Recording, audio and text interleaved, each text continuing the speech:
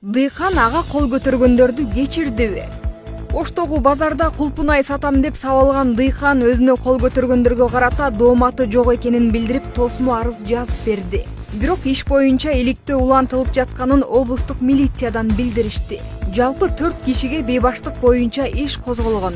Сот 3 шектүүнүн мурда кылмыш жоопкерчилигине тартылбаганын жана жашы жете элек балдары бар экенин эске алып, үй камагына чыгарган. Садыр Жапаров экөөбүз мүмкүн деп айтып атам. Асандаш болуп калышыбыз мүмкүн. Себеби мен чынында президент болсом, мамлекеттин жетекчиси болуп, элге журтка ак кызмат кылып, элдин журттун келечегин аныктаганга, элибиздин журтубуздун эртеңки күнүн, эртеңки келечеги үчүн чоң кызматтарды кылып берем деген ой менен, ушу тилек менен жүрөм. Эми аны бир Кудайым билет, но бирок мен ушул тилегимден кайталайм. Төрагасы генерал-полковник Ташиев 5 жылдан ашык созулган тандем аяктап, президент Садыр Жапаров эң жакын саясий өнөктөшү досу Камчыбек Ташиевди бийлик сересинен четтетти. Жумуштан алып коюу, ал эмес ага жакын кишилерди жумуштан алып коюу президенттин прерогативасындагы нерсе, бул мыйзам ченемдүү көрүнүш, бул моюнга алыш керек. Бирок экинчи нерсе бар да, кызматтан алып койсо ал кызматтан кетет, бирок саясаттан алып коюлбайт да. Мен оюмча экинчи тараптын саясатта деп ойлойм мен азыр. Демек ал экөө биргелешип жасап аткан болуп калат. Экөө мен ойлойм, булар бир топ убакыт өтөт, ачуу басылат кыргызда, мында акыл калчайт, анан сүйлөшөт деген оюм бар, сүйлөшүп бир пикирге келип, кайра эле бир команда болуп иштейт булар. Мен да ошо. Урматтуу кыргыз эли, мен Айшоланын мамасы болом. Азыркы учурда Айшола кызыма операциясына көп суммадагы акча керек болуп жатат. Түркия мамлекетине келгем, бир аз да болсо тыгынчык болсун деп, акча топтойм деп, кызыма жардам берип коюңуздарды суранам. 30.000 AQSh доллары дейт. Аутологичный трансплантация стволовых клеток деп башына.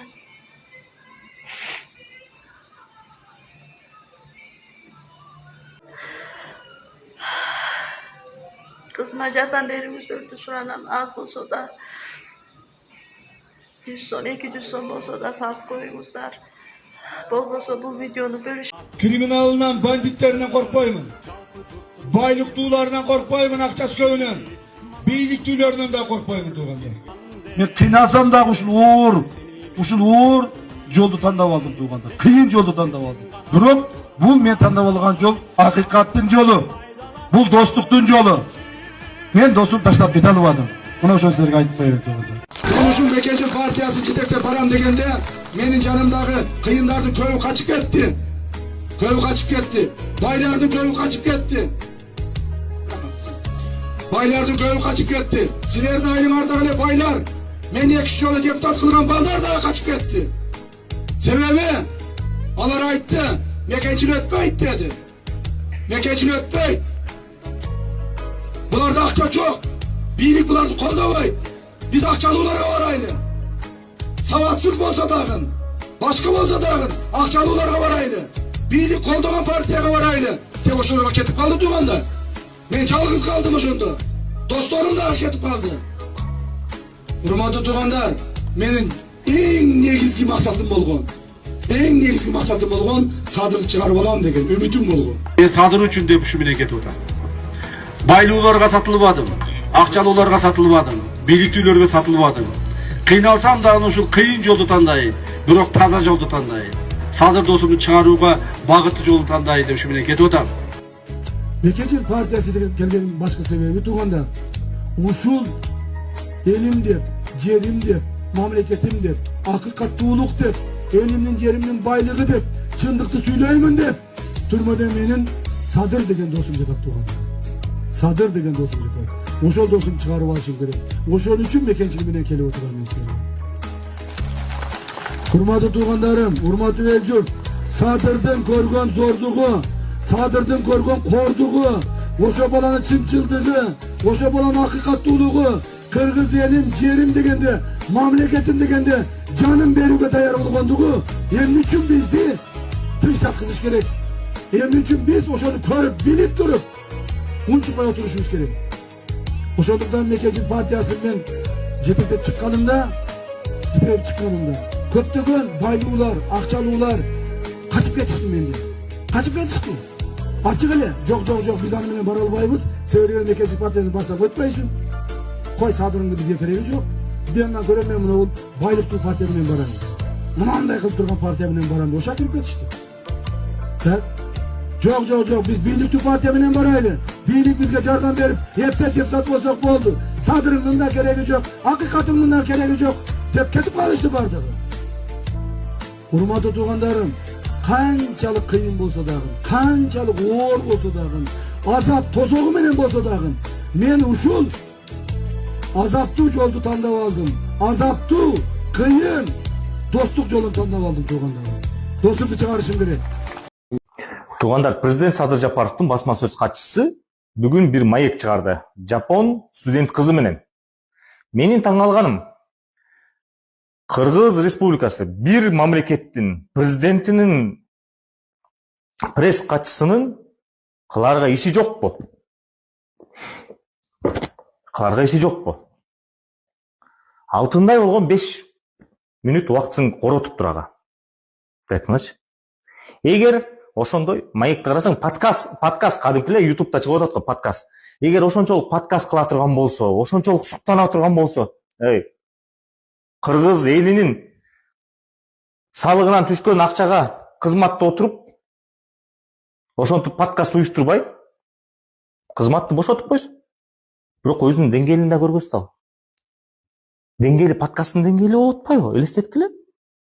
Ал студент кыз КТРден көргөзүлүптүр. КТРден нечен жылдан бери Кыргыз Республикасынын эл артисти Юрий Бабков дүйнөнүн 4 бурчтан келген андай кыздарды, студенттерди, балдарды чыгарып жүрөт. Комузун чертирип, бийлетип, кыргызча шакылдатып. Ал жаңылык эмес. Антип блог алып барып тиги элине жайылтып аткан толтура. Франциядан деле бир барып эле Кыргызстанды мактап кетип аткандар толтура. Азыр YouTube'да ачсаң айланайын тим эле.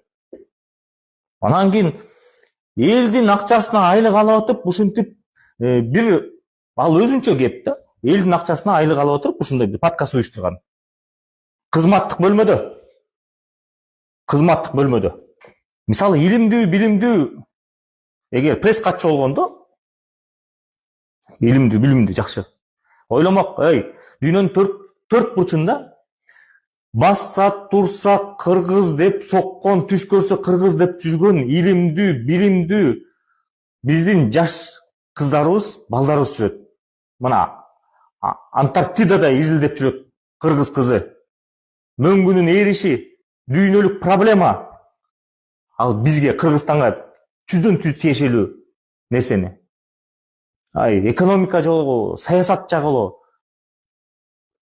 Дүйнөдө кыргыз деп элдин, карапайым элден бир тыйын албай салымын кошуп жүргөн кыргыздар толтура. Ошолордон маек куруш керек. Ошолор менен сүйлөшүш керек.